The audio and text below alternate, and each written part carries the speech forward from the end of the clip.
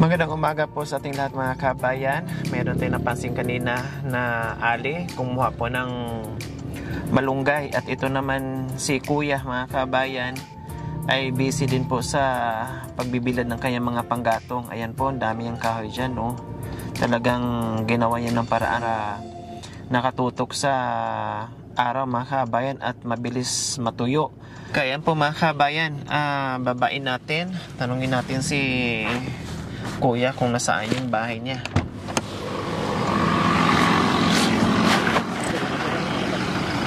Hi po! Hello Kuya, ang ganda naman ng bilaran nyo dyan ng mga panggatong nyo. Ha? Mga basa po yan. Kaya binibilad nyo. Saan galing po yan? Saan po? Galing pa sa, dito. Ito. Anong puno po yan? Akasya. Sayang naman po. Bakit pinutol nyo? Iyan na po yung bahay nyo. Oh. Sino yung asawa niyo po yung kanina? Nandito ng malunggay? Tamang-tama. Mukhang masarap ang lulutuin nyo. Ano bang uulamin? Ano bang sahog doon sa malunggay? Po? Hindi nyo pa alam? Nasaan po ang bahay nyo banda? Ito mismo?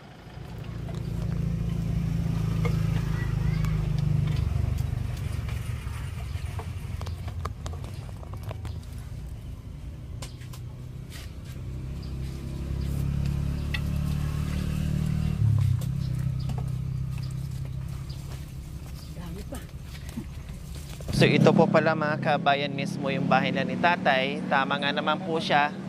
Pinilas itong mga sanga, tinanggal at tanggalin na mismo itong puno dahil napakalaki. Baka biglang bumagsak dyan sa nila o may bagyo. So ayan po yung ginagawa ni tatay. Anong pangalan niyo po? Robert po. Po? Robert po. Kanina pa po kayo nagbilad dito sa mga kahoy nyo? Opo. Ha? Opo. Bakit wala po kayong gasol? Wala po eh. Ito talaga gamit nyo? Opo. Sabagay, masarap po ito tatay. Kahoy, no? Kaysa sa gasol. Yun nga lang, ang problema dito ay pag tag-ulan, mahirapan ka talaga. Mahirap po kayo dito pag basang-basa yung kahoy mo, hindi kuhan.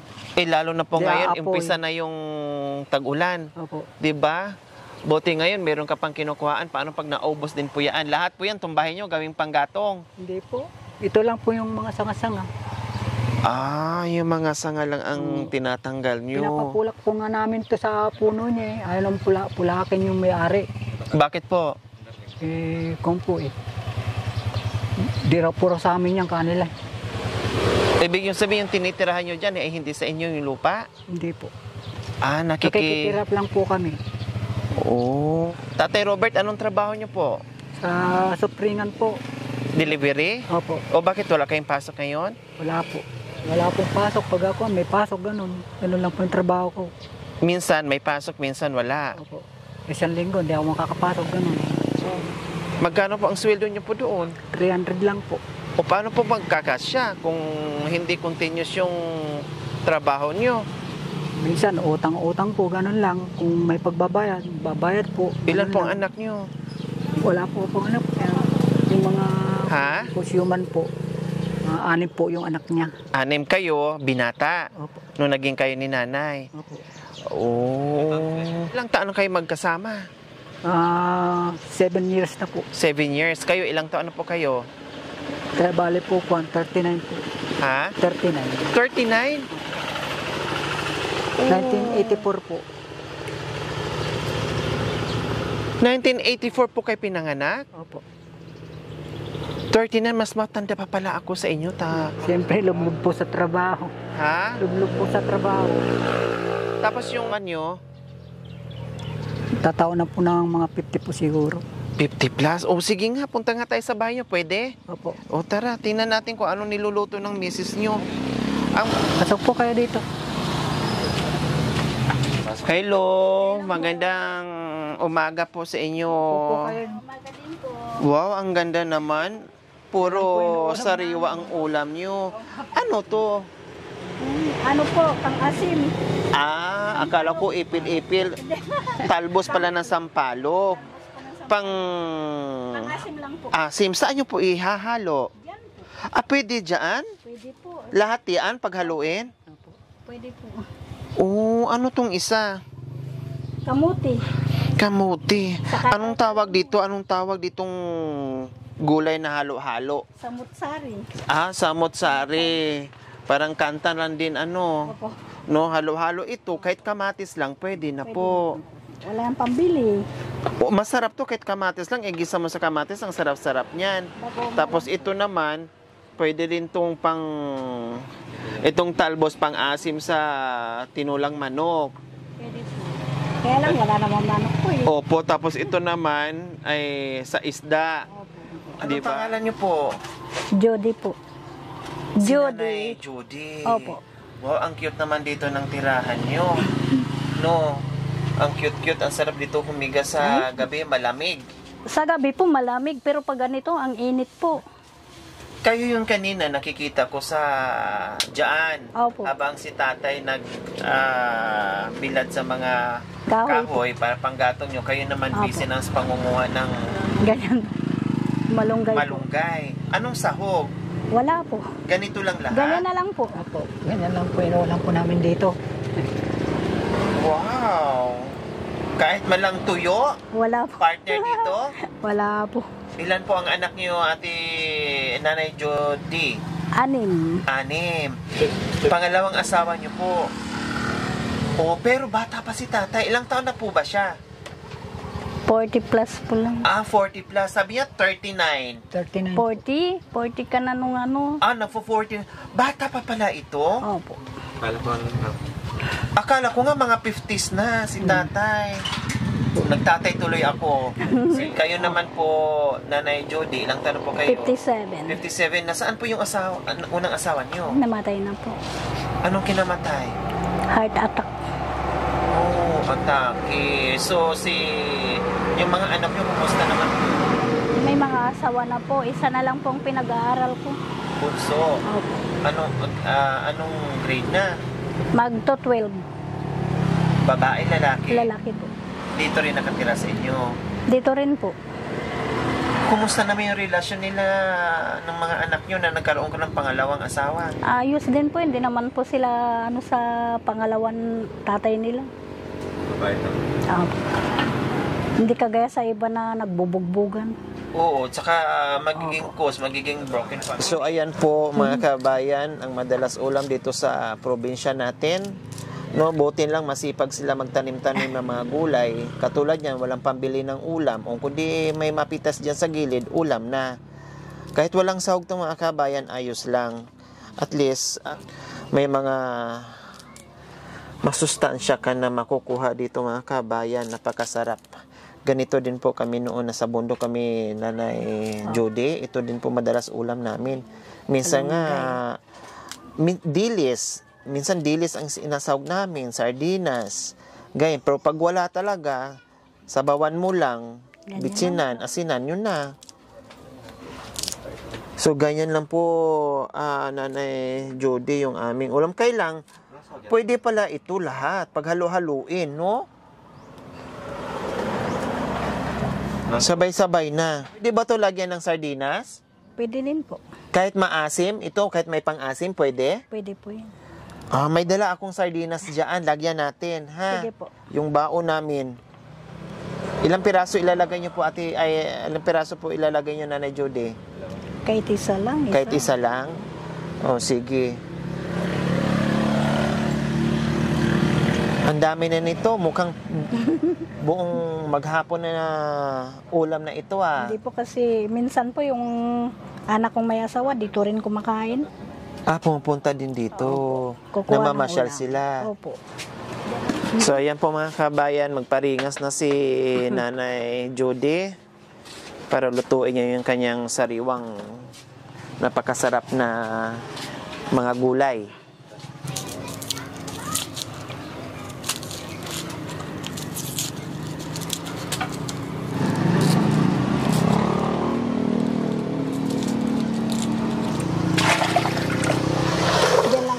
kabilaw may igib ng tubig. Ay, iniigay nyo pa po. Pag paghugas, dito lang yan sa kabila. Pero yung yung inumin din sa sa dipolitis po itong iba. Ah, mix together na. Ilang klaseng gulay yan? 1, 2, 3, 4, 5. 5 yan. Ang dali lang masunog ditong Kasi manipis kasirola. lang. Siya pa. Ang puti-puti pa naman kanina yung kasirola mo, biglang nangitim. Kaya po. Easy na lang po uli. Kapangit naman tignan po kasi pag maitim na paglutuan. Oo, ang puti-puti pa naman kanina. So, ayan, gisa natin yung sibuyas.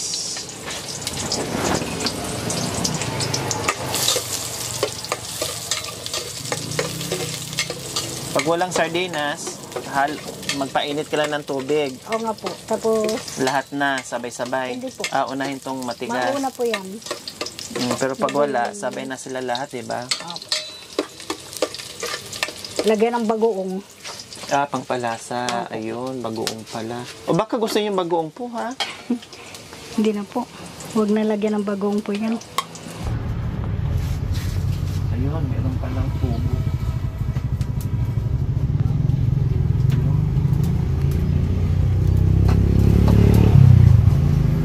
Yung sibuyas.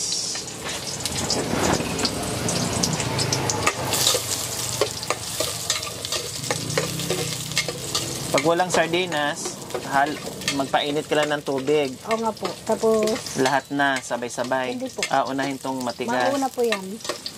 Pero pag wala, sabay na sila lahat, diba? Opo. Mabango na. Diba? Kuya Jody. Ito na. Para lagyan ng tubig. Yan, unahin yung troso. Yung tros. Yung trosong ulam, unahin para lambutin muna natin ng konti kasi itong mga dahon. May kulitis po pala ito mga kabayan. Ayan o, ito kulitis to. Tapos talbos ng kamote.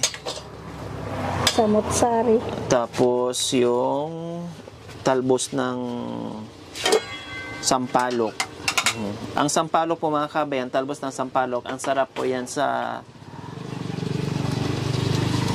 manok. Sinigang anong tawag nito? Tinulang manok po mga kabayan, ang sarap. Gagayatin mo siya. Yan ang gagawin mo parang malunggay. Naku po, ang sarap mga kabayan. Ayun, lagyan ng sabaw. Kasi baka mamaya biglang darating yung anak ni ate. Mamaya pa po yun. Mamayang pa yun. Mamayang alas 12. Hindi po. Baka lampas po.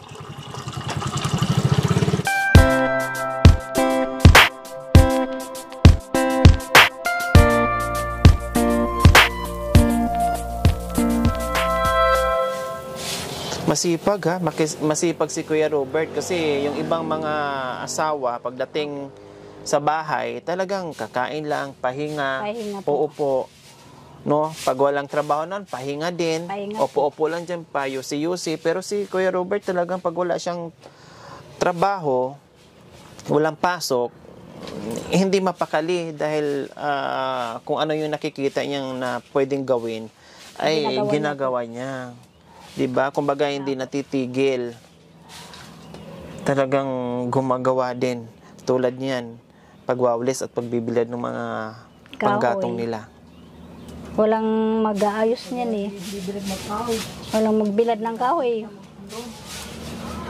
Pag ano na naman, kukunin siya, may pasok siya. Pag ano, wala na naman pasok. Pero mahirap po yung pag walang pasok na hindi mo alam kung Oo nga tawagan po. ka lang. Oo nga po. 'Di ba? Yung walang permanent na na pasok. Trabaho.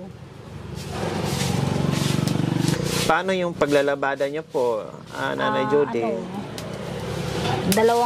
Isang beses sa 2 linggo lang. Ha? Po. Magkano po ang binabayad sa inyo? 400 lang. Maganda-ganda sana kahit papaano 2 beses sa isang linggo.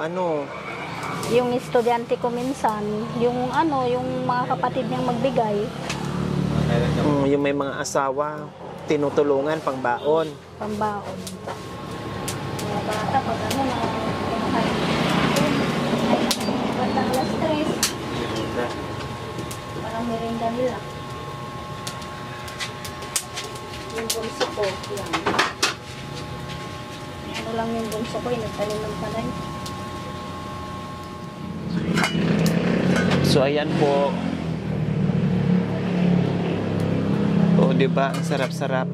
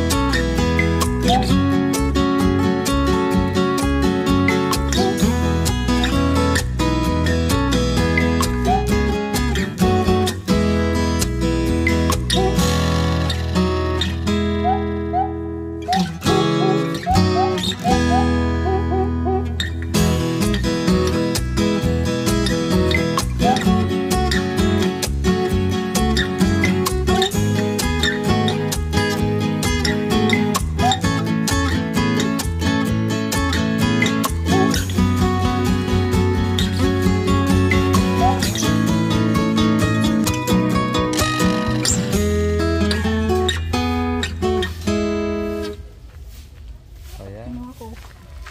4.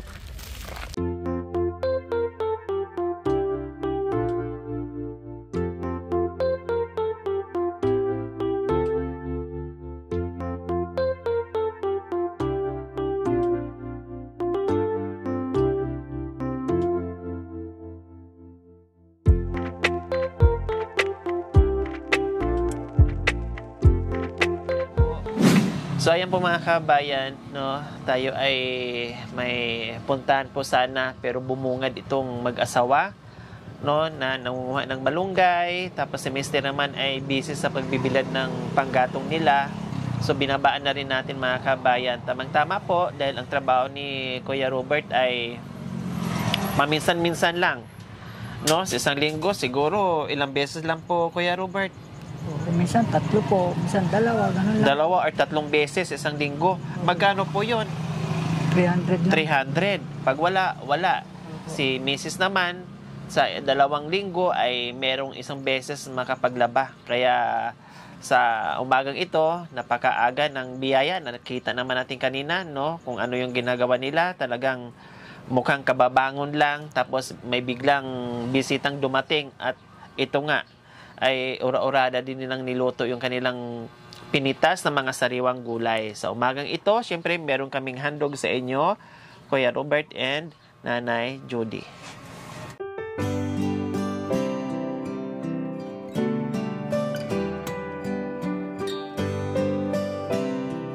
Syempre, hindi lang yan. Meron pang pambili ng ulam mamaya. Thank you po. Oh, bumili ka ng masarap na ulam mamayang hapunan nyo. Apo. No? Bakit napaluwa si Kuya Robert sa natanggap na biyaya? Maraming po salamat. Oh, walang anuman po, Kuya Robert. Walang anuman. Salamat po sa inyo. Tulong mo sa amin.